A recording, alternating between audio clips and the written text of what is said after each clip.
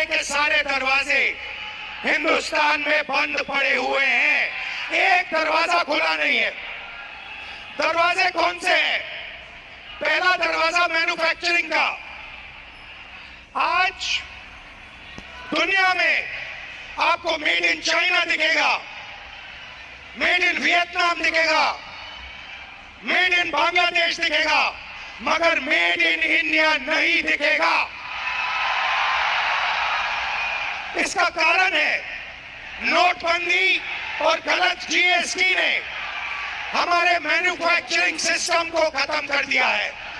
जो छोटे व्यापारी रोजगार दिलवाते थे, जो पहले हिंदुस्तान में होता था, leather industry, textile industry, automobile industry, अलग अलग इंडस्ट्रीज में मैन्युफैक्चरिंग जो होती थी, वो सारा का सारा खत्म हो गया है।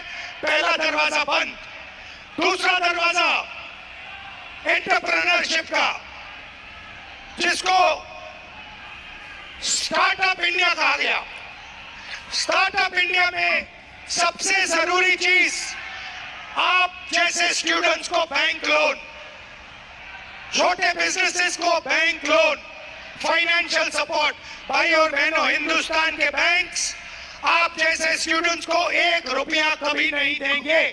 अंबानी अदानी को लाखों करोड़ रुपए देंगे, मगर आपको 1 रुपया नहीं देंगे।